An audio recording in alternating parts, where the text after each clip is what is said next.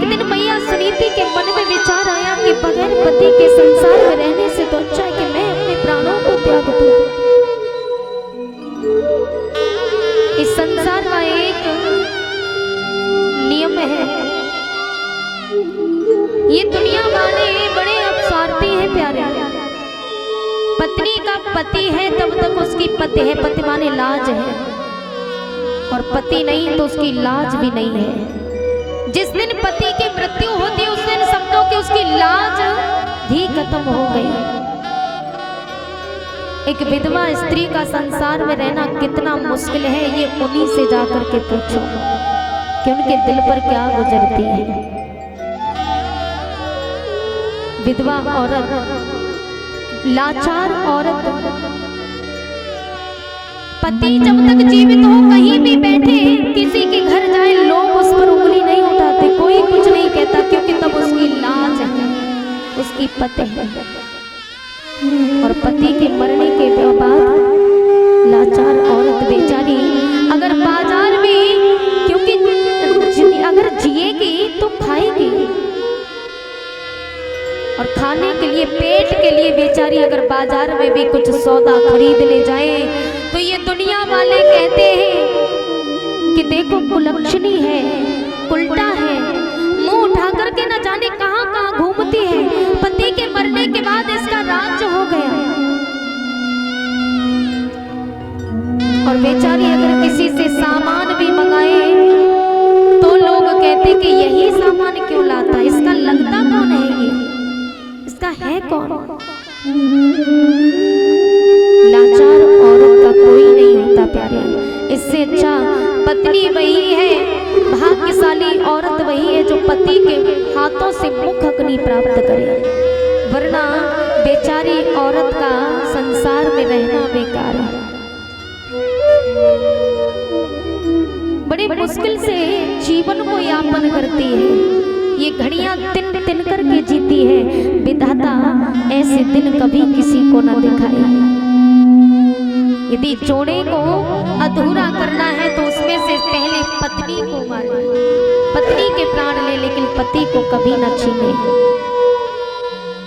क्योंकि भाग्यशाली औरत वही जो पति के हाथों से मुख अग्नि ले, वरना बेचारी का रहना बेकार है।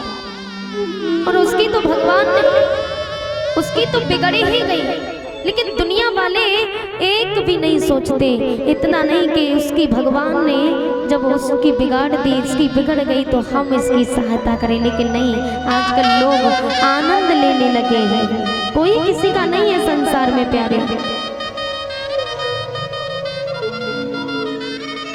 इसलिए प्रभु से कहो कि प्रभु मेरा कोई नहीं है तेरे सिवा,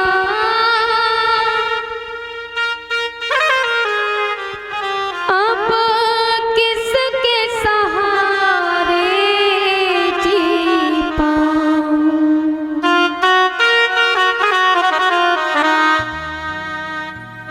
मेरा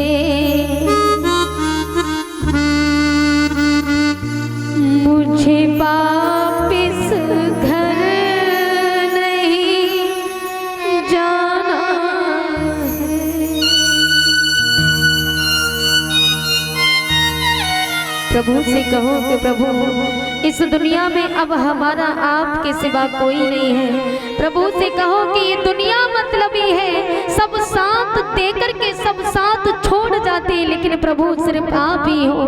अगर आपने भी साथ छोड़ दिया तो हम कहाँ जाएंगे। इसलिए पर प्रभु से हाथ जोड़ करके कहोगे प्रभु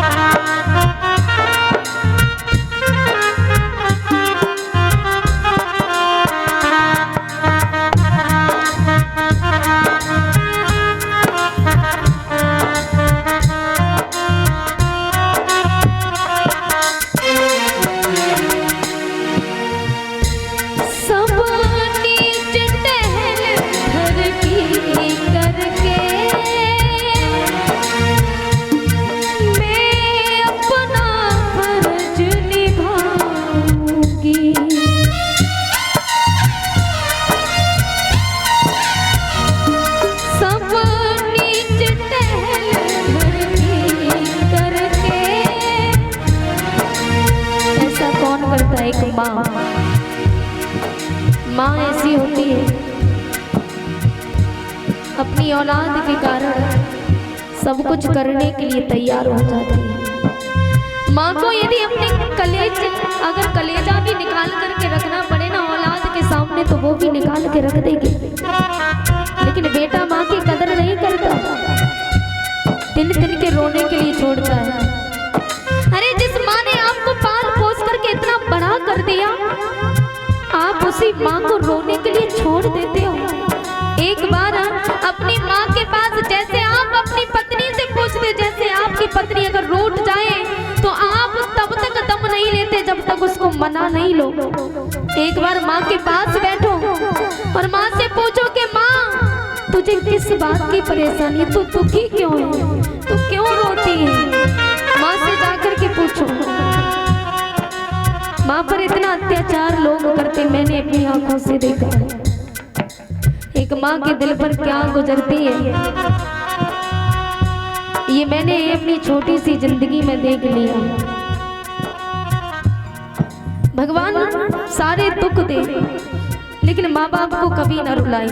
वो औलाद नहीं जो माँ बाप की आंखों में आंसू दे करके खुद खुश रहे, वो औलाद नहीं है प्यारे। जो माँ बाप को रुलाए और खुद अपनी अपनी बीवी बच्चों के साथ हंसे। माँ फिर भी कहती कि बेटा तू खुश रहे, लेकिन माँ को रुलाते हो ना, एक बार बैठ के देखो माँ से, बूढ़ी माँ के पास, और उसकी परेशानियां पूछो तो यही कहेगी बेटा मैं खुश हूँ, लेकिन अंदर अंदर ही रोती है। सब नीच टहल घर की करके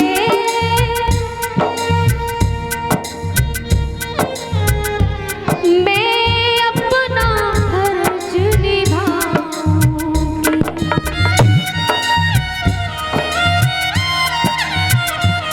तुम्हें छोड़ कहाँ मैं जाऊं प्रभु, हे नाथ बताओ मैं तो तुम्हें छोड़ नहीं मैं जाऊंगी।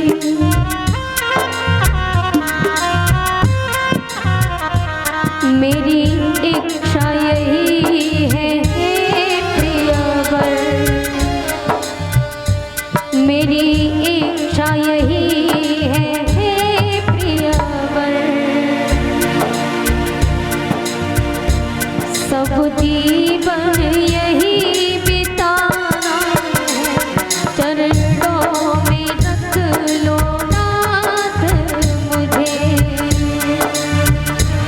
अब वापिस घर नहीं जाना है।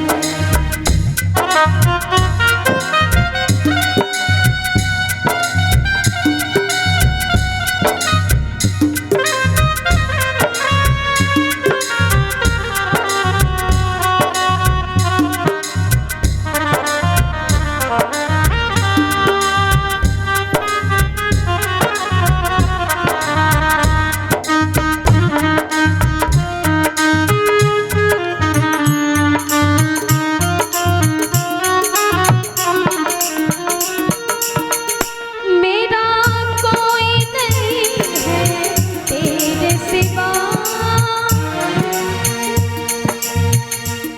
मैं किसके सहारे जी पाऊं।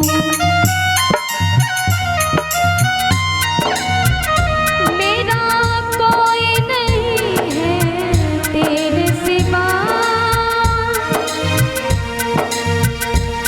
मैं किसके सहारे जी पाऊं। चरणों से दूर किया मुझको, अब तुम ही बताओ कैसे जी पाऊं। अब तुम ही बताओ मुझे प्रभु,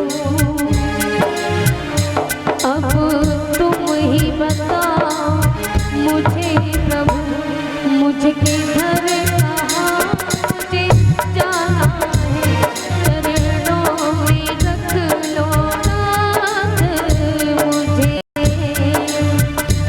अब वापिस घर नहीं जाना है।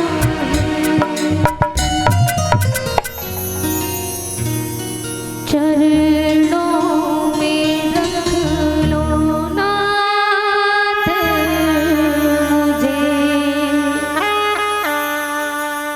अब वापिस घर नहीं जाना है।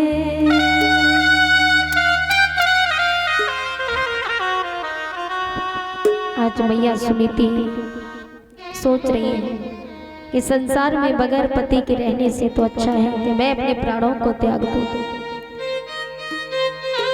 मेरे तो पति होते हुए भी मैं बगैर पति के रह रही हूँ, इससे अच्छा कि मैं अपने प्राणों को त्याग दूं। आज वो माँ मरने का निश्चय करके वन की ओर चली। आज वो मैया